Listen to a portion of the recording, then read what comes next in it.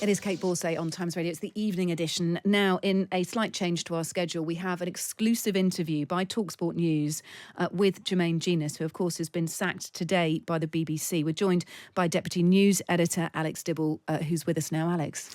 Okay, thank you. Jermaine Jenas, which has been a slightly strange situation, rather unusual, has been in our building this afternoon as the news that he was sacked Presenting by the on BBC. air. Presenting on air. And he began his show just moments as the news was developing and breaking that he had been sacked from the BBC.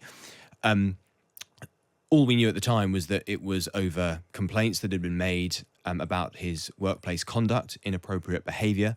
That was all that we had. The BBC merely confirmed that he was no longer a member of their presenting lineup on the One Show or indeed on Match of the Day. That was it. So there were lots and lots of questions that we had, as you can imagine, and that everybody had, which we were very keen to put to Jermaine so that we could try and get a bit more information. I spoke to him as soon as he came off air. This is our conversation. Jermaine, the BBC has announced today that it has sacked you. Yeah. What's your reaction to that decision? Look, I can't really talk about it.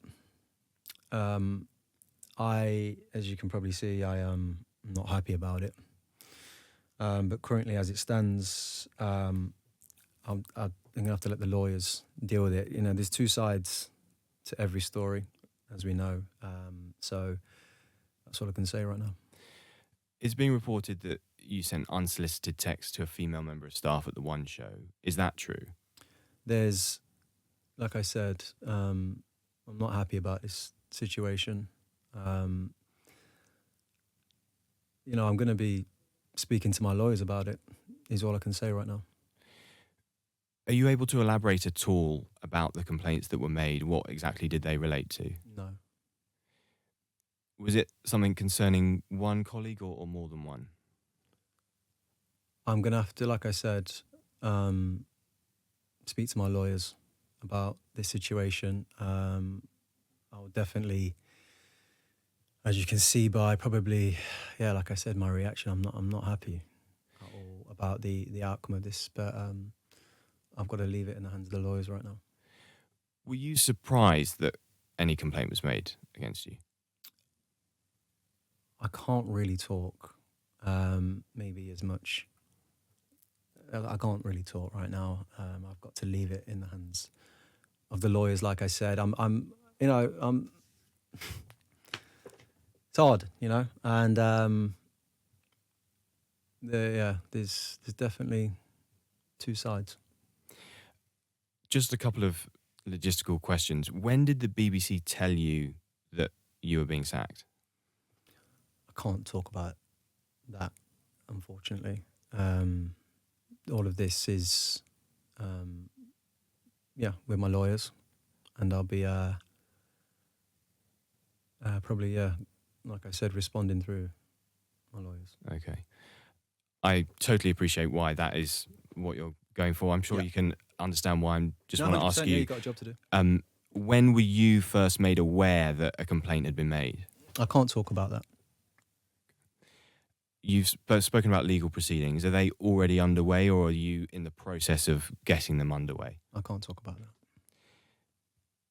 Do you feel that you have anyone to apologise to as a result of this and your departure from the BBC, or not at this stage? I can't talk about that right now. I've got to leave.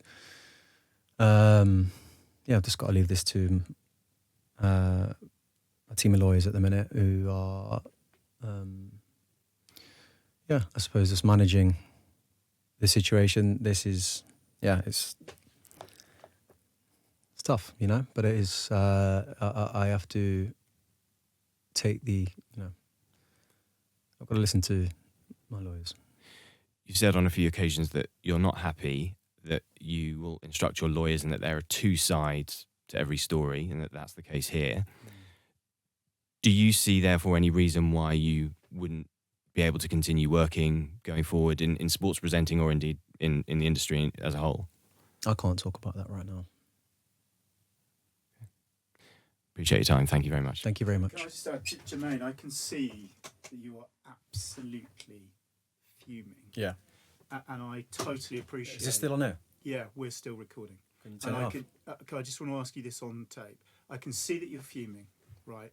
And I understand entirely that there are certain things you can't talk about. But you are a major BBC star. What are your... Can you articulate any of your emotions right now towards the BBC and towards this happening to you?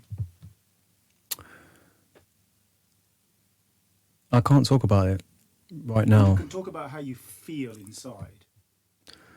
No, I can't talk about those things right now.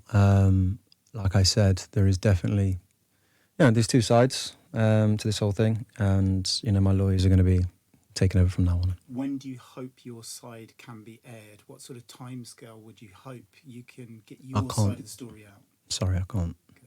Can't give you any. I can't talk about it. Is there anything else you need to add? No, I really appreciate the position you're in and the questions you've asked, and just thank you very much for your time. Thank you. Thank you, Jim.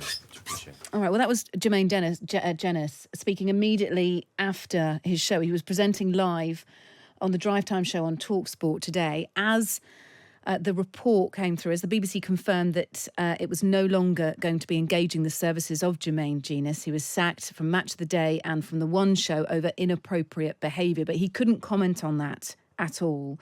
What did we learn from that? Well, he kept saying, I can't really talk about it, but he said it's tough and that he's not happy at all. There's two sides to every story, he said.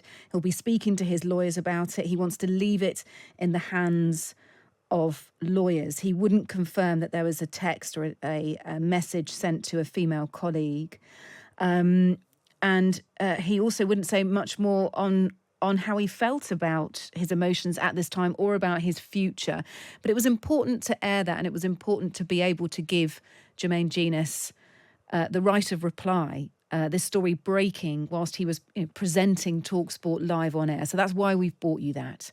That is an interview by Alex Dibble and his news colleagues at TalkSPORT. Alex Dibble is our deputy news editor.